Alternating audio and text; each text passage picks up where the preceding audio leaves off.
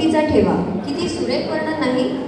तर ह्या छोटुकल्या गवसली आहे सुंदर ओ त थ फ ब. नाही तूच तर लिहिलंय ते त थ फ ब. शब्दशः आता बाबा नाही.